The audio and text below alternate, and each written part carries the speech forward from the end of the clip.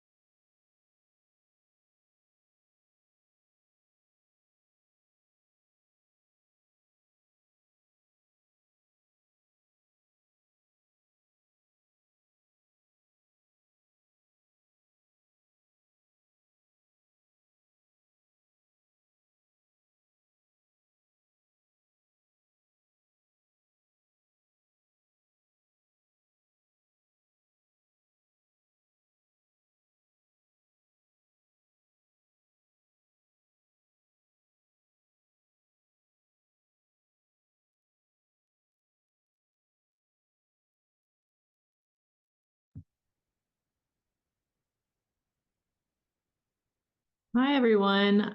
I'm going to give everyone just maybe one more minute. I'm getting a few registration requests. Um, so I'm thinking people are trying to log on. So I'll give everyone a couple more seconds to log on before I get started.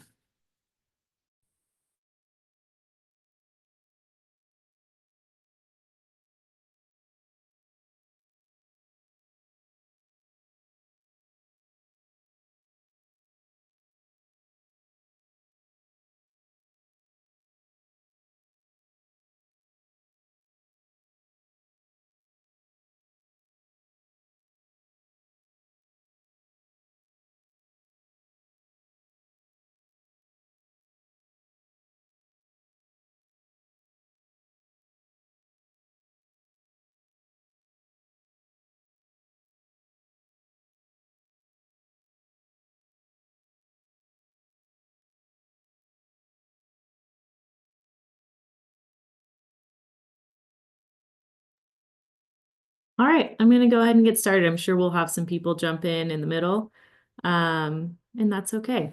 So my name's Grace McAdin. I am a senior management analyst for development services.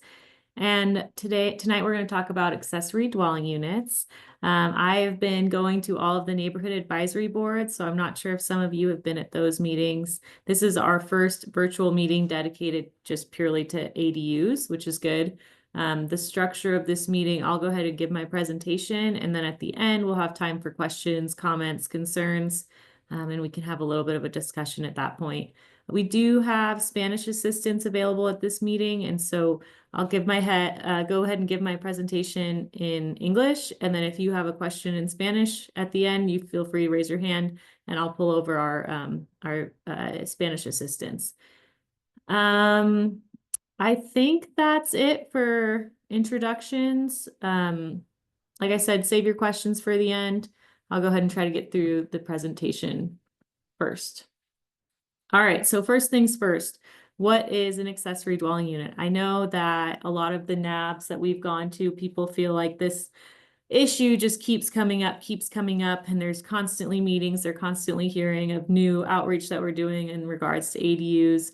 Part of the reason for that is every time we bring forward an ordinance and maybe it doesn't pass through city council, usually their direction or response is go back to the drawing board. It's just not right yet, or there's too much opposition. See what you can to get more buy-in. And so this particular ordinance I have been working on for maybe 2.5, 3 years, so a very long time. We have, done tons of outreach. We did a survey last year that got over 2,000 participants. We've gone to the NAB a number of times, city council a couple of times. So we're just trying to make sure that we get the word out there that this ordinance is in the works. And if people have really big concerns with, certain pieces of this ordinance, we can maybe work through those issues so that by the time we get to council, there's less opposition to it and more buy-in. But an ADU or an accessory dwelling unit is a secondary housing unit that shares a lot with a larger primary home. So it's accessory in nature. It's not, a full separate unit. It's not a multi-family unit. And I like this image kind of on the right-hand side of this slide because it shows what an ADU might look like in your neighborhood. So, it might be detached in that typical kind of ADU that we picture in our minds, but it also might be above the garage, or it might be the garage conversion or the basement or attic. So you might not actually see these ADUs on the street. There's a lot of different ways we can see these ADUs in certain neighborhoods. And then I don't want anyone to feel like this is just what's going to happen. This is a draft ordinance. So the comments and concerns that you do have, they are going to be written down and provided to council and planning commission. So this is just a draft. This can change, this can morph. There will be edits. There will be plenty of time to provide your comments. So this is not the law today. This is just a draft that staff has proposed based on direction from council. For a little bit of background, in 2023, council initiated a text amendment related to ADUs. So this staff was directed to work on this ordinance. Council gave us direction to do this. They wanted to see something adopted. That's why we're having these meetings. That's why we drafted the ordinance. Like I said, all input will help us with the end result. So we're hopeful that we can get as much input as we can on the front end. so that there's less consternation, I guess, at the city council meeting of adoption where people are, they've already heard about it, they're already comfortable with it. All right, so throughout this presentation, I'll just walk you through kind of what's in this draft and kind of what the reasoning was as to why we put that in there. So our first step was, where should an ADU be allowed? So if we're going to allow accessory dwelling units in the city, where should that be? And our thought was it makes sense to be allowed anywhere a single family home is allowed, since they're accessory in nature to single family homes. We looked at all of the zoning districts that a single family home is allowed, and we allowed an accessory ADU or accessory dwelling unit. And so these zoning districts that are listed on your screen are everywhere that a single family home is allowed. One question that has come up is you do have to have that single family home as a principal structure in order to establish an ADU. So just keep that in mind as well. You can't just build an ADU without a primary use. So the next step was any design requirements or restrictions. One of those is lot size minimum. Council kind of came up with the direction of 9,000 square feet. This comes from some previous ordinances, some other jurisdictions that also use this 9,000 square feet. I will say that we've had a lot of comments that say this is too large. There's areas like the Wells Avenue area or infill areas that have smaller lots, maybe 6,000 square feet. So based on the way that this draft is written, they would not be able to establish an ADU. For context, I know personally, I don't really know what, looking at a map, which lots are 9,000 square feet and larger. So I just wanted to provide some areas that might be familiar to us all. This is on the corner of California and Arlington. So as you can see, most of these residential lots are under 9,000 square feet. In fact, the only one that is over 9,000 is a commercial lot. So none of these homes could establish an ADU based on the draft today. Here's another example. This is north of Plum. You can see Marsh Avenue on the left hand of your screen. Here we're starting to see some larger lots, larger homes that are above 9,000 square feet. So, okay, this might be an area that, based on the draft, there might be some ADUs established. Here's another area with larger lots. This is up north of the university. You can see Socrates. It's that University Ridge neighborhood. These are also larger lots. So you'll see there's this one that's just under 9,000 square feet, and then these two are about 10,000 square feet. So just for reference, where might we see these ADUs if that 9,000 square foot minimum holds?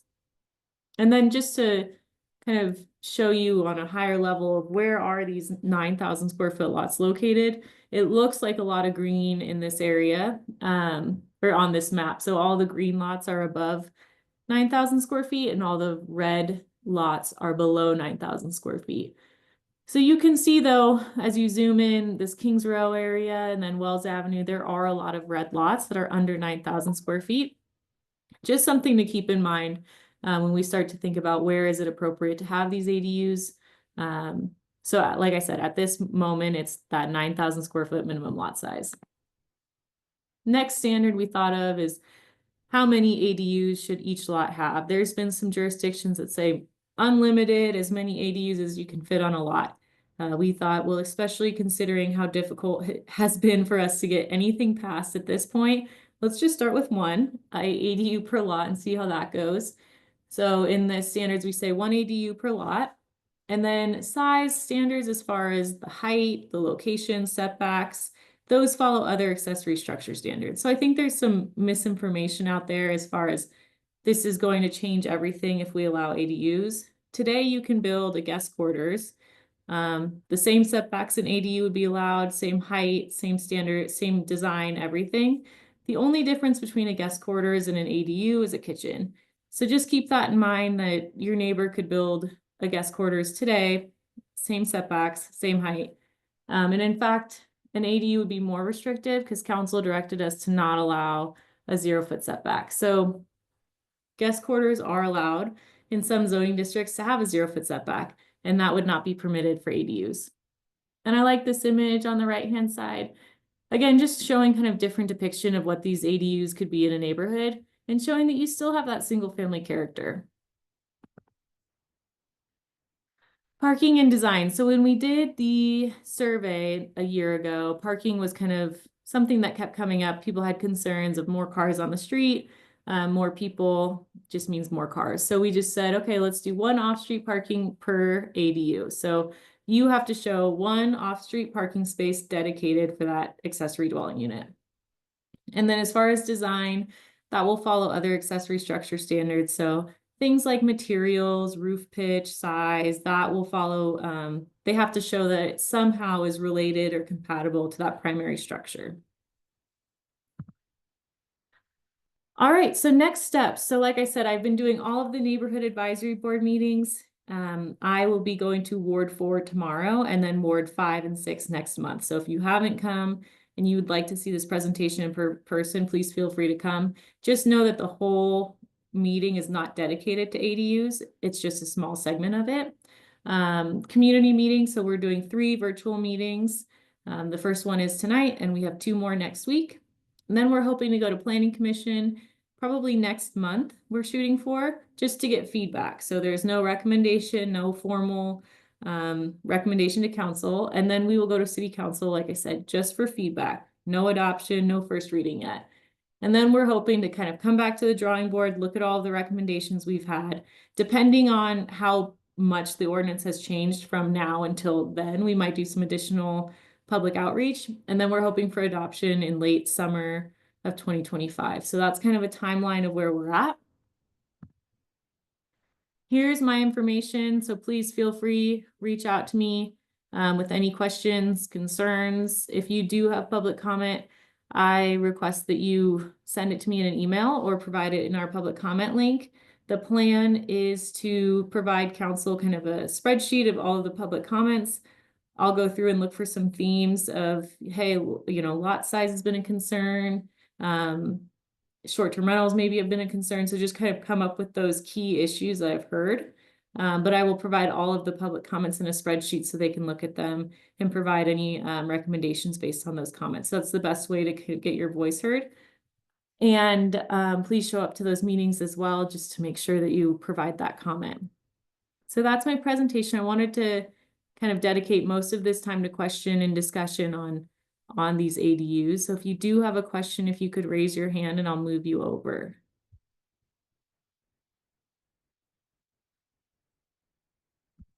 Or you can also add it into the chat. All right. All right, Emily, I moved you over, so you should be able to unmute on your end.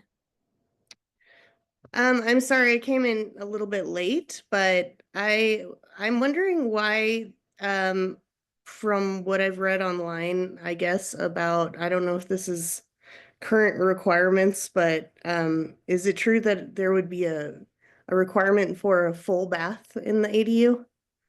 Or No, it would not be a requirement. so it could be 3/4 bathroom, or what exactly is the requirement on that? I'm sorry if I missed it. No, that's actually a good question. I can double check with our building department, just because since they do have to get a certificate of occupancy, I'm not sure if they would require a full bath to meet that like dwelling unit definition. So let me double check on that. There's no planning requirements on if they require a full bath, but I kind of am thinking if you plan to rent it out, you might need a bathtub. So I'll double check on that. I have your email through registration, so I can send you an email on that. Okay, thanks. And I'm sorry, I'm sure you've covered this before, but what is the reasoning behind the 9,000 foot lot size? Yes, so the 9,000 square foot lot size came from a previous ordinance and then loosely was kind of directed from council that maybe we should just start there with the 9,000 square foot minimum. I think that our council members were trying to come up with a lot size that made people comfortable. In the past, we've gotten a lot of pushback on the accessory dwelling unit ordinance. So they were trying to think of what's a lot size that makes as many people happy as possible. So that's where the 9,000 square feet came from. Okay, but you guys might consider lowering that based on Yes. the comments? Yeah, I would say we've seen a handful of comments that say that that's much too large.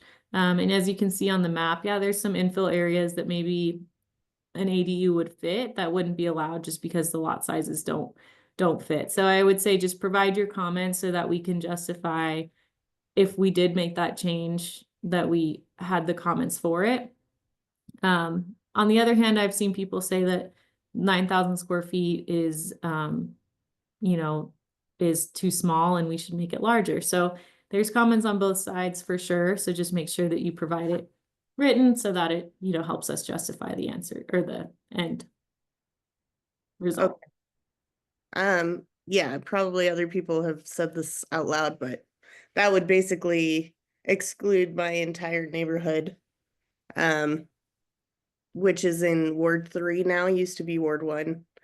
And, seems like if the goal is affordable housing, you'd want to also have the ability for people who need the affordable housing to have access to public transportation and walkability and things like that, which seems like it would be much harder to find a 9,000 square foot lot in Midtown that would accommodate that. Totally. And I think this map just, when you look at it really zoomed out, it looks like there's a lot of green, and then you start to zoom in and you realize most of that core seems to be red. So I think that helps that argument for sure. Um, Great. I think that's all I wanted to say. I do have some questions about the guest quarter. Sure, go ahead. I'm sorry for taking all your time, but No, that's okay. so you can build a kitchen in a guest quarter? You cannot. So currently we allow for guest quarters. The only difference is that you can't have a kitchen in there. And with our definition of a kitchen, usually that just means a stove. So you'll see these guest quarters that have a sink and a refrigerator and maybe like Hot plate? hot plate. Thank you. But they're not considered full kitchens. Okay.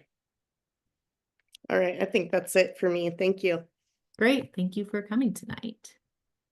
Does anyone else have questions? Let me move Shannon over. All right, Shannon, I just moved you over. You should be able to unmute on your end. Awesome, thank you. Thanks, Grace. This was a great presentation. I've been following along the ADU conversation for the past year and am a design professional in town. And I just want to that I really appreciate this initiative and feel like with our housing pain of growing here that this is a really viable option to help offset some sectors of the community. I personally live in an extended family household, and the ability to be able to provide housing for extended family members on the same property and help save that cost, as well as give them to be able to live nearby to a family member when otherwise they might not be able to live alone, is really a valuable asset to our community. So I just wanted to share that I appreciate what you guys have been doing and hope that, this to continue to move forward. Thank you so much. And if I could urge you to just submit your comments written, that would be great as well. Absolutely. Thank you. Thank you. All right, I'm gonna move Nori. Oops.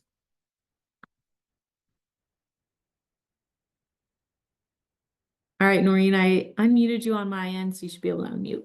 All right. Thank you so much. I'm so glad to be having this. My daughter and family want me to move to Reno, and an ADU would help facilitate that. What are the sizes generally? Is there a general range size to be looking at that for? Yes, that's a great question. And that actually leads into another question I wanted to discuss. So each zoning district has different standards for accessory structures. And so when we were coming up with what we thought should be the standards for ADUs based on the direction we received from council, as well as the feedback we got from the public. We wanted it to mirror other accessory structures as best as we could. We understand an ADU is different, but there are already, protections and standards built in for these accessory structures. So why not just use those standards? So depending on the zoning district, usually they have to be 50% of the primary structure or a certain square footage. So for example, SF 5, 8, and 11 have a 1,200 square foot maximum. And so that is an example of one of the sizes that you might be limited to for an ADU. And then one other thing I wanted to hit on as far as why we wanted to have it be similar to accessory structures or guest quarters is because then it will allow for maybe some of those conversions to happen from a guest quarters to a full ADU. I know that maybe some people didn't know that they couldn't have a kitchen, so they might have illegally permitted an ADU or illegally built an ADU without permitting it. And so this would allow people to retroactively permit them as long as they met all those standards. Does that help answer your question? So, yes, pretty much. I'm wondering, is this sheet that you are showing, is that available? Yes, so this is in our zoning code currently. I'm happy to send it to you if you'd like me to email it to you. Yeah, It's also on our website, but I can email it to you. that would be great. I'll Excuse me. and I can email you the full presentation. All right. That's awesome. Then I'll stop taking notes. So generally speaking, it's an ADU is approximately 1/3 of the existing primary home. Yes, yeah, it generally is a good rule of thumb. Okay. All right. And okay, so it's dependent upon the primary home square footage. All right. And the zoning district, correct. And the zoning district. All right. Yes, and if you, like I said, you can email me the address, and I can give you more specifics based on that address too. Thank you. Thank you so much. Well, we hope you move here. Well, that's really darling invitation. How very public. Let's everyone celebrate this. Right, right. All right. All right, and I will move over. I don't know if it's Sabaya, but you should be able to unmute on your end. Sibia, Sabia, thank you. Sorry about that. it's okay. Yeah, thank you so much for giving us this opportunity to participate in this type of meeting.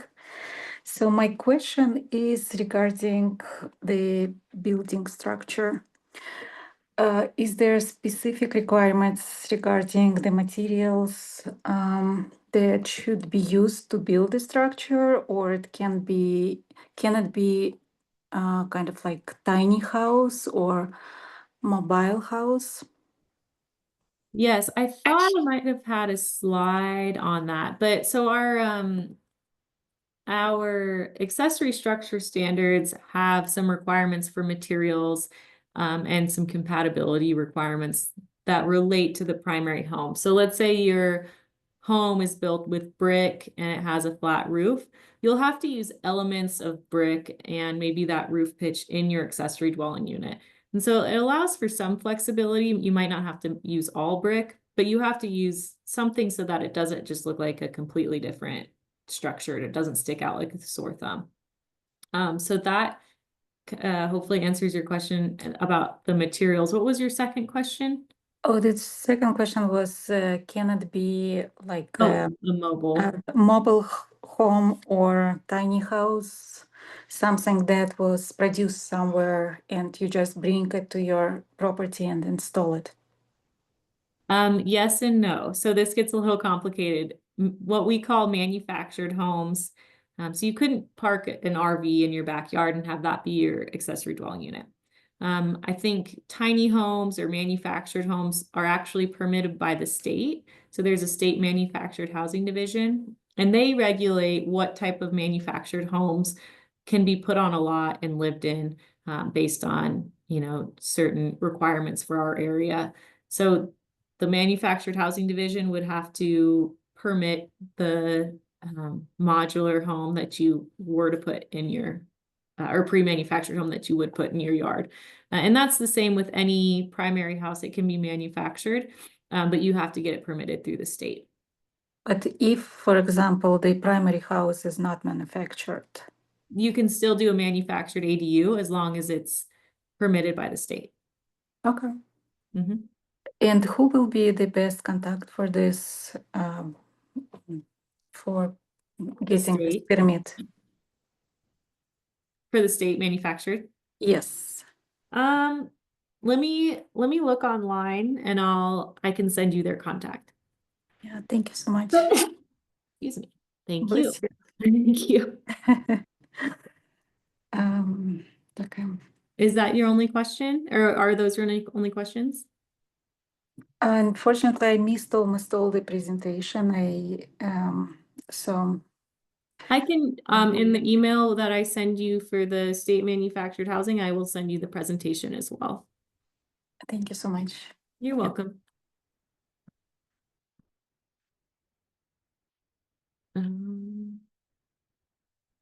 Noreen, it looks like your hand's still up. If you have anything else that you wanted to ask?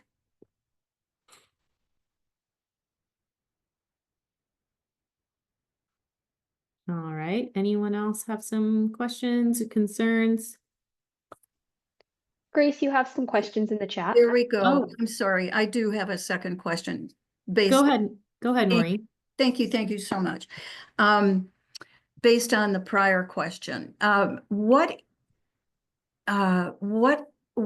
does the size of the ADU relative to the house and then relative to the yard space?